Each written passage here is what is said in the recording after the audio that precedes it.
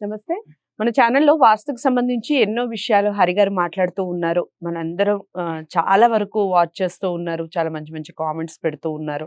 ఇంకా అర్థం కాని వాళ్ళు కామెంట్ బాక్స్‌లో తెలియచేయండి. ఇంకా ఎలాంటి విషయాలు తెలుసుకోవాలనుకుంటున్నారు వాస్తుకు సంబంధించి. సో, గత వీడియోలో పొలిటికల్ లీడర్స్‌కి సంబంధించి ఒక వీడియో ఆల్రెడీ చేసున్నాం. తప్పకుండా వీడియోని వాచ్ చేయండి. దాంట్లో ద్వారాల గురించి మాట్లాడాం. ప్రధాన ద్వారం ఎక్కడ ఉండాలి? ఏ ప్లేస్‌లో ఉండటం వల్ల మంచి జరుగుతుంది? వాళ్ళు మంచి పొజిషన్‌కి వెళ్తారు పొలిటికల్ లీడర్స్ అని. సో, అసలు ఈరోజు ఇల్లు ఏ విధంగా ఉండాలి అని తెలుసుకుంటూనే ఇంట్లో ఎలాంటి మార్పులు చేసుకోవాలి? చిన్న చిన్న మార్పులతో ఏమైనా ఎమ్మెల్యేలు, ఎంపీలు అయిపోవచ్చా అని తెలుసుకుంటూనే ఒక సాధారణమైన వ్యక్తి ఒక ఇంటి నిర్మాణం వలన నిజంగా అంత మంచి పొజిషన్ లైక్ ఎమ్మెల్యే, ఎంపీ ఈ పొజిషన్‌కి వెళ్ళే అవకాశం అసలు ఉంటుందా? ఇంటికి, వాస్తుకి, ఈ ప్రొఫెషన్‌కి ఏమైనా లింక్ ఉంటుందా? హరిగారు ఏం చెప్తారు? ఎలాంటి ఇల్లు ఉండటం వల్ల వాళ్ళు ఆ స్థాయికి వెళ్ళగలుగుతారు? ఆ ఇల్లు ఏ విధంగా ఉంటుంది? ఈ విషయాలన్నీ ఈరోజు హరిగారి మాటల్లో తెలుసుకుందాం. నమస్కారం హరిగారు. సో, ఇల్లు అసలు ఏ విధంగా ఉండాలంటారు? ఒక ఎమ్మెల్యే, ఎంపీ మనం కూడా అయిపోవచ్చా ఎమ్మెల్యేలు, ఎంపీలు? సో, ఈ వీడియో చూసిన వాళ్ళు రకరకాల కామెంట్స్ పెట్టే అవకాశం ఉంది. బట్ మీరు చెప్పండి అసలు ఒక సాధారణమైన వ్యక్తి ఒక ఇంట్లో ఉండటం వల్ల వాళ్ళు అంత మంచి పొజిషన్‌కి వెళ్ళే అవకాశం ఉంటుందా? లేదా ఇంట్లో చిన్న చిన్న మార్పులు చేసుకోవటం వల్ల కూడా పొజిషన్ మారే అవకాశం ఉంటుందా? చెప్పండి. సో ఇప్పుడు మీరు అడిగిన ప్రశ్నలో సెకండ్ ఆప్షన్ అనేది తర్వాత డిస్కస్ చేద్దాం. హ్మ్. ఫస్ట్ అసలు రాజకీయ నాయకులకు ఒక ఇంటి నిర్మాణం ఎలా ఉండాలి హ్మ్. అనేది ఫస్ట్ డిస్కషన్. హ్మ్. సో ఒక సాధారణ వ్యక్తిని మనం ఎమ్మెల్యే చేయొచ్చా ఒక ఇంటి వాస్తుతో అనేది సెకండ్గా మళ్ళీ మాట్లాడుకుందాం. హ్మ్. హ్మ్. సో మొట్టమొదటి ప్రశ్నలో ఒక రాజకీయ నాయకుడు అంటే ఆల్రెడీ ఫీల్డ్లో ఉన్న వ్యక్తి అని హ్మ్. ఇది క్లియర్, రైట్. ఫీల్డ్లో ఉన్న వ్యక్తిని మనం తొందరగా పైకి తీసుకుని వెళ్ళిపోవచ్చు. ఒక ఓకే. ఎక్స్పీరియన్స్డ్ పర్సన్‌కి తొందరగా జాబ్ వస్తుంది. అవును. వస్తుంది కదా! ఒక ఫ్రెషర్‌కి కొంచెం ఆలస్యం. ఆలస్యం. కానీ వస్తుందేమో. హ్మ్. టైం పడుతుంది. ఇతని జాతకంలో గనక రాజకీయ నాయకుడు అయ్యే యోగం ఉందనుకోండి, హ్మ్. ఎవరైనా గాని ఒక నార్మల్ పర్సన్ తీసుకొచ్చి నేను ఇట్లా నిలబెట్టాను ఆ పర్సన్‌ని. హ్మ్. ఇతనికి మీరు ఒక బిల్డింగ్ కట్టేసి ఇతను ఎమ్మెల్యే, ఎంపీ అవుతాడా అని ఒక ప్రశ్నించారనుకోండి. హ్మ్. రాజకీయ నాయకుడిలో ఒక మంచి స్టేజ్ వెళ్తాడా లేదా మేము చేస్తాం. ఓకే.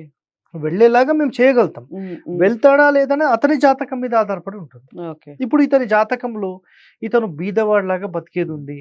ఇతను అడుక్కు తినే స్థాయే ఉంది హ్మ్. ఇతని హ్మ్. జాతకం మొత్తం. ఇతన్ని ఎట్లా తీసుకెళ్తాం? ఎట్లా తీసుకెళ్తాం? హ్మ్. మీరు ఒక వృత్తి చేస్తున్నారు. ఒక వర్క్ చేస్తున్నారు. అవును. ఆ వర్క్‌కి సపోర్ట్ మేమిస్తే హ్మ్. ఎట్లా ఉంటుంది? ఎట్లా ఉంటుంది? మీరు బావుంది. మీరు ఎవ్రీ డే బస్‌లో ట్రావెలింగ్ ఓ 4 గంటలు తిరుగుతున్నారండి. హ్మ్. హ్మ్. నేను ఒక బండి తీసుకున్నాను, ఒక కార్ తీసుకున్నాను, ఒక ఆటో తీసుకున్నాను. మీకు సపోర్టెడ్‌గా దాన్ని ఒక 1 ½ అవర్ జర్నీ చేస్తే మీకక్కడ వర్క్ స్థాయి పెరుగుతుంది. వర్క్ హ్మ్. టైమ్ పెరుగుతుంది. అవును. ఓటీ అమౌంట్ వస్తుంది. హ్మ్. సో, మీకు గ్రోత్ అవుతుందా? అవును. ఈ సపోర్ట్ కావాలి కదా! హ్మ్. నువ్వు ఎట్లైనా పో నాకెందుకు అని ఇంట్లో వాళ్ళు చెప్పేసిరనుకోండి. హ్మ్. నాన్న కష్టపడుతుంటూ వెళ్ళిపోవాలి. కష్టాలు రైట్. పడుతుంటూ రైట్. వెళ్ళాలి. హ్మ్. అయితే ఈ సపోర్ట్ అనేది ఆ ఇల్లు ఇవ్వాలి. హ్మ్. ఆ ఇల్లు ఇవ్వాలంటే అది ఎలాంటి నక్షత్రం ప్రకారం కడుతున్నాం? హ్మ్. దానికి అంశ అని ఉంటుంది. హ్మ్. రాజ అంశ పెడితే మాత్రమే ఆ హ్మ్. ఇంటి లోపల ఒక రాజులాగా ఉండే వ్యక్తి తయారవుతాడు. ఓకే. ఇది మొట్టమొదటిగా అందరూ తెలుసుకోవాలి. ఓకే. సో చాలా మంది మళ్ళా ఉల్టా కామెంట్స్ రావచ్చు. ఏం ఆ! రావచ్చు అంటే, మీరు చెప్పిన వాస్తు ప్రకారం కడితే ఎమ్మెల్యే, ఎంపీలు అవుతారా? హ్మ్. నేనది మరి మేము చెప్పను. కాలేదేంటి? నేనది చెప్పను. నేనది చెప్పను. ఓకే. ఉన్న స్థాయి నుంచి హ్మ్. ఒక మంచి రేంజ్ ఉన్నతమైన స్థాయికి వెళ్ళడానికి వెళ్తారు. ఖచ్చితంగా అది హెల్ప్ అవుతుంది. ఓకే. కానీ ఇప్పుడు నేను ఎంతమంది రాజకీయ నాయకుల ఇంటికెళ్ళొచ్చానో, హ్మ్. అక్కడ గమనించింది ఒకటే. చెప్పండి. డోర్ తీసుకుపోయి మూలకు పాడేసినప్పటి నుంచి నాశనమే. హ్మ్. హ్మ్. ఈవెన్ రాయలసీమలో పెద్ద పెద్ద పొలిటీషియన్స్ సెంటర్ ఐటమ్ అంటారక్కడ.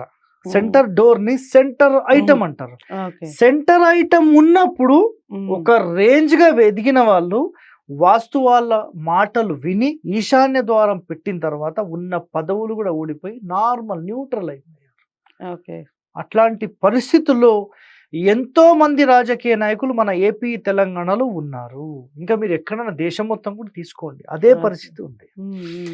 ఒక లీడింగ్ స్థాయి పోవాలంటే గత వీడియోలో నేను చెప్పినట్టుగా డోర్ సెంటరే ఉండాలి. సెంటర్ ఉండాలి. First condition. హ్మ్. అండ్ సెకండ్ కండిషన్ వాళ్ళ ఇంటి ఎత్తు ఎంత ఉంటుందో, ఒక 40 అడుగులు ఉందనుకోండి, ఫ్రంట్ ఖాళీ ఆల్మోస్ట్ 80 అడుగులు ఉండాలి. స్లాబ్ మొత్తం ఎండ్ అయిపోయిన తర్వాత 80 అడుగులు ఖాళీ ఉండాలి. ద్విగుణిత దూరం ఉంటే ఆ ఇంటికి ఎలాంటి వాస్తు దోషం ఉండదు.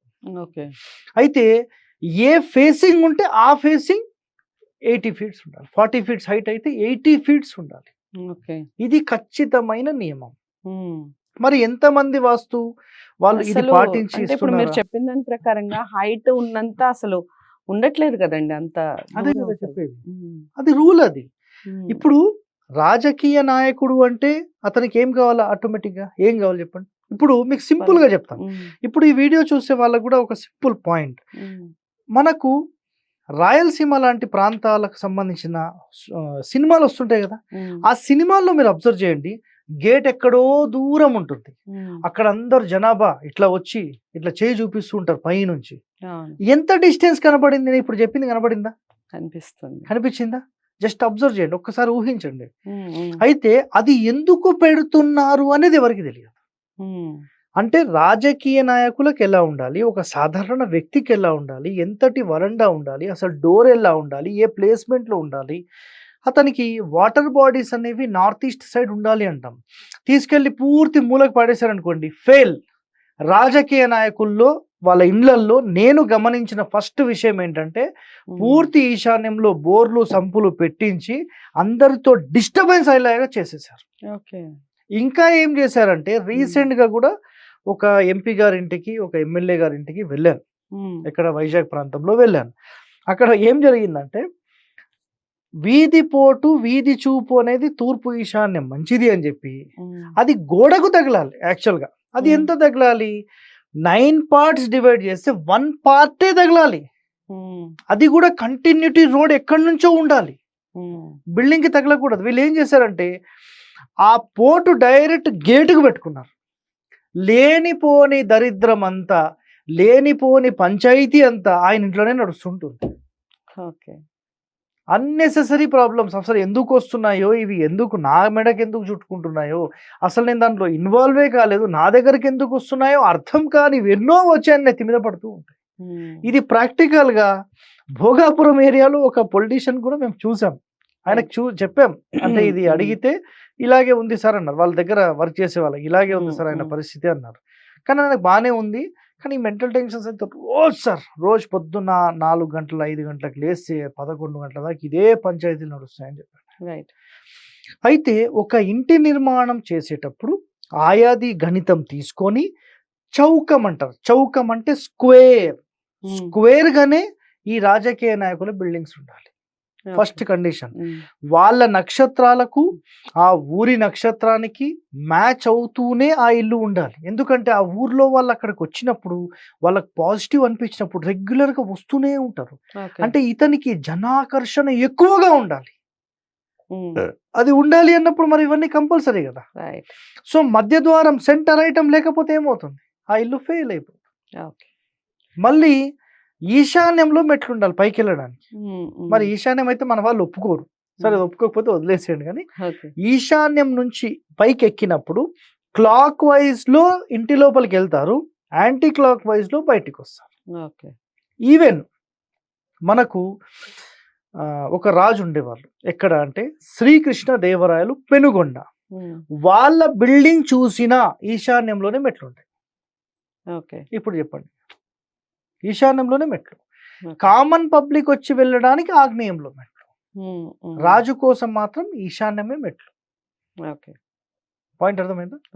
సో ఇలా ఎన్నో కండిషన్ల మీద ఆధారపడి ఉంటుంది ఈ గణితం చేసే విధానము. స్థలం ఎక్కడెక్కడ ఎంతెంత వదలాలి.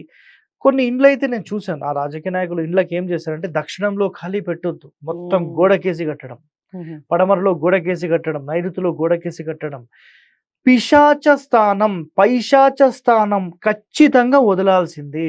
మీరు స్థలం యొక్క వెడల్పు 45 ఉందనుకోండి, డివైడెడ్ బై 9 చేస్తే 9 భాగాలు చేస్తే 5 వస్తుంది.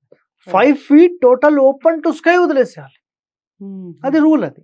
కానీ మన వాళ్ళు వదలరు, అది ప్రాబ్లం.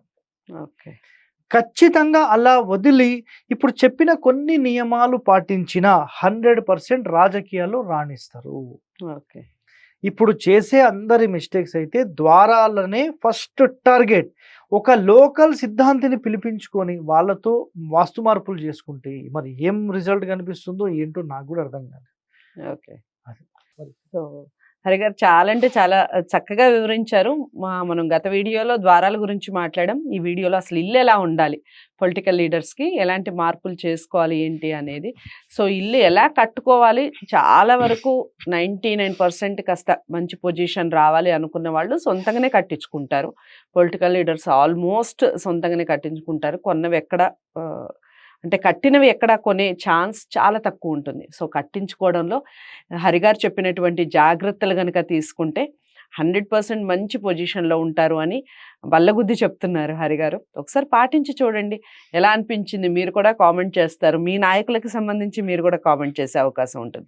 ఇంకా అర్థం కాలేదా? అర్థం కాకపోతే కామెంట్ బాక్స్‌లో తెలియచేయండి. లేదా హరిగారితోనే మాట్లాడాలి అనుకుంటే స్క్రీన్ మీద కనపడే నెంబర్‌కి కాల్ చేయండి. తప్పకుండా వీడియోని లైక్ చేసి షేర్ చేయండి.